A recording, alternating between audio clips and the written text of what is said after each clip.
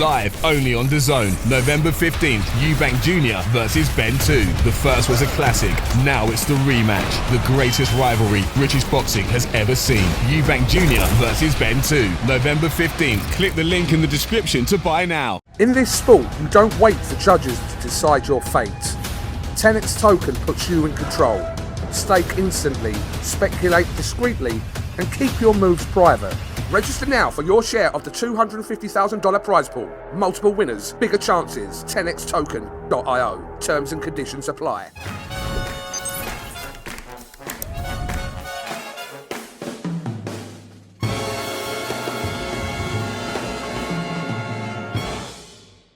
This is Joe Pugh for IFL TV. It's the start of fight week. Fair to say the biggest fight week of your career, Ekow? Well, every fight going on is the biggest fight of my career, so yeah, it is fair to say. Does it feel different? I know we're only like 2-3 hours in, but you don't usually get these media days where you got national press in one room, DAZN in one room, us reprobates sitting in the gym, but yeah, it's a bit different, isn't it? Yeah, it's a bit different. It just shows the gravity of it. I'm exactly where I should be, and I'm just enjoying it. It's all part and parcel of fight week, so let's get on with it. Before we talk about the fight, I want to ask you about your fit and what you're just doing behind me over there. Little collab with Fresh Ego Kid. I must say, I've seen all the pieces in the box. Looking pretty good, mate. The collab's coming. Well, you look good, you feel good, and you do better. And Fresh Ego Kid have helped me to look good, so I'm going to do good and feel better about it. We linked up just last week, and we've managed to turn around some collabs, and yeah, all the stuff is looking great. When it gets leaked and released, people are going to be excited. Yeah, fair play. That turnaround's unreal with some of them designs, especially on the back of these hoodies. Yeah, they're naughty little pieces, I must say. Yeah, they are. Yeah, definitely get me excited, but not as excited as when I get in the ring on this Saturday. Yeah, let's talk about it then. Jack Catterall. Opponent-wise, do you think he is the best opponent you'll ever fight? Or yet? I think challenge-wise, I mean, he's fought on good scales at world level. Coming off like the two last performances, some people might say something about that, but he's a good opponent to have. I'm happy he's in the other corner, though I'm going to beat him. He's a future victim of my success, but I can't grumble. Are you preparing for the Jack Catterall that we see in those two Josh Taylor fights, the big performances, the ones that come out? Yeah, I'm preparing for spirited Jack Catterall, but obviously with his new trainer, I'm expecting him to be a bit more aggressive as well. But I'm prepared. On Jack's training camp, as you said, new trainer, Bozy.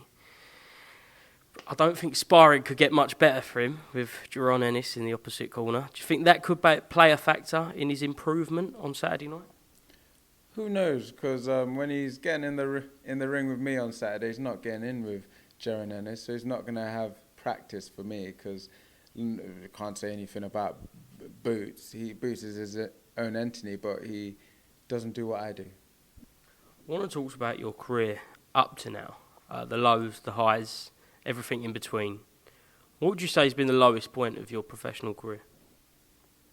There isn't really a lowest point. You know, when you look back at it, it's the highs and the learning curves. What has been the highest point up to now then? Highest point up to now, it's all been high. Winning the English, winning the British and Commonwealth, winning the IBF European, winning the WBC Silver International, winning the WBO European, winning the WBO Global. It's just the only way is up. Now, imagine those feelings of all them highs there. How will that compare to 60,000 plus packed out arena Spurs on one of the biggest cards of the year on Saturday night? It will be amazing when I win in the packed out Tottenham Hotspur Stadium, but more so because I'm on my route to the ultimate belt, the world title belts, because that's what will complete me. I actually listened to a podcast a few months ago with Ollie, who's sitting behind me there, and he really expressed with you how much it is for the world title. Money comes, the big names comes, but everything you've worked towards is all about those world titles, right? Well, prove that I'm a world champion. I know I'm a world champion. I just need to prove it to everyone else. That's exactly what I'm going to do. And don't get it twisted. I'm a prize fighter. I fight for money, so I want the biggest purse possible. I have 3 kids at home, and they need to be taken care of, and a beautiful wife as well. So I fight for them all.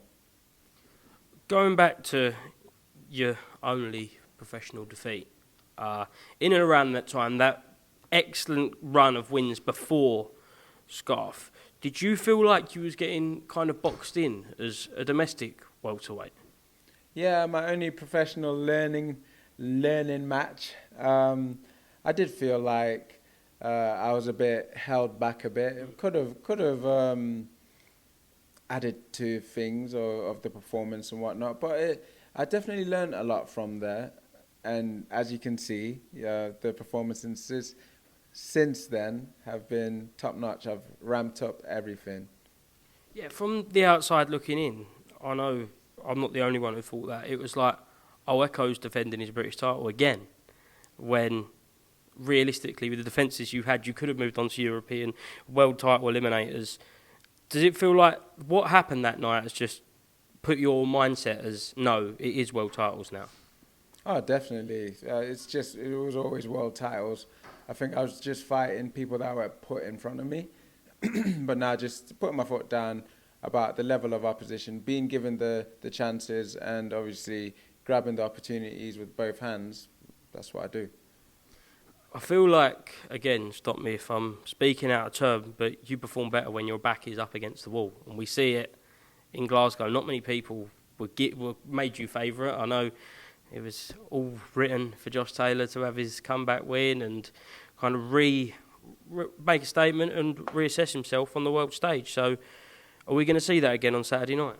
Oh, definitely. You put me in the lion's den, I come back with the lion's mane. Simple as that. I've told Frank that. I don't care if you put me in a fight where everyone's got me losing it 5 rounds down before I've even got in the ring. I'm going to win it. I know the main event's at 160, but Conor Benn's been so vocal about moving back down to 147. You're a prize fighter. That's what you want, right? Definitely, like 100%. We've bumped into each other before, talked about a possible fight. He said at the time, if the fight made sense, then his team would get back to us. Hasn't made sense yet. Until Sunday morning. Until Sunday morning. Ekow, thank you very much for speaking to IFL TV. Is there anything else you'd like to add before we finish? Just big up to Fresh Ego Kid, and to all my sponsors out there. Get on my Instagram, give them a look and a follow, and thank you for following my journey so far. Keep on, it's only going to get better. Ekow, best of luck Saturday night, mate. Thank you. In this sport, you don't wait for judges to decide your fate. TenexToken puts you in control.